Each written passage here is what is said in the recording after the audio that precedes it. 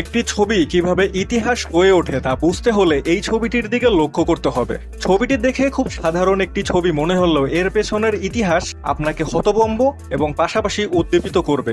ছবিটিকে অনেকে জুলাই আন্দোলনের ছবি বলে ভুল করলেও এটি আসলে জুলাই আন্দোলনের নয়, বরং এটি 12 বছর আগের 2013 সালের একজন স্কুল পড়ুয়া ছাত্রের স্বাধীনতা দিবসের র্যালিতে যাওয়া এবং পুলিশের হাতে পাকড়াও হওয়ার ছবি। ছবির এই ছেলেটির নাম এহসান এলাহি সাবিক। শিবিরের একজন সাথী হিসেবে 2013 সালে স্কুল পড়ুয়া সাবিক এসেছিল স্বাধীনতা দিবস উপলক্ষে র্যালিতে অংশগ্রহণ করতে। হ্যাঁ, সেই স্বাধীনতা দিবস যা মুক্তিযুদ্ধের মাধ্যমে অর্জন হয়েছিল।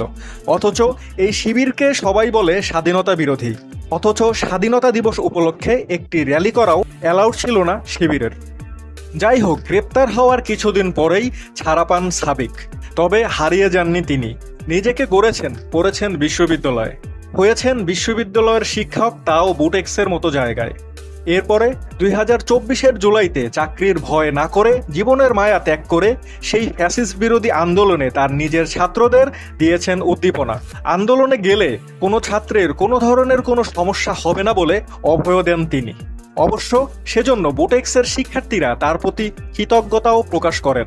আসলে এ বিষয়টাকে আনকমন মনে হলেও শিবিরের ছেলেপেলেদের ক্ষেত্রে এটা একটা কমন বিষয়। এরকম হাজার হাজার মেধাবী শিবির কর্মীরা নিজেকে হারিয়ে যেতে দেয় না কখনো।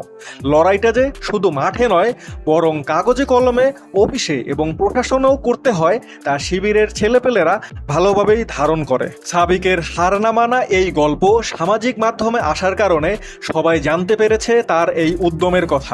এরকম হাজারো সাবিক রয়েছে যাদের গল্প কখনো কখনো প্রকাশ পায়, কখনো কখনো বা নীরবেই থেকে যায়।